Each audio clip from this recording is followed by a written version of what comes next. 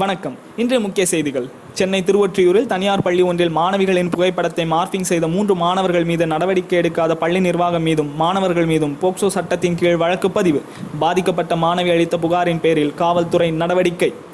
முதலமைச்சர் முதலீடுகளை ஈர்த்து வருகிறார், ஆனால் அதிகாரிகள் திருப்பி அனுப்புகிறார்கள். அதிகாரிகளின் பொறுப்பின்மையால் முதலீடு செய்பவர்கள் திரும்பி விடுகிறார்கள் என கால்வாய்களை தூர்வார தொண்டு நிறுவனத்திற்கு அனுமதி கோரிய வழக்கில் உயர்நீதிமன்ற மதுரை கிளை கருத்து.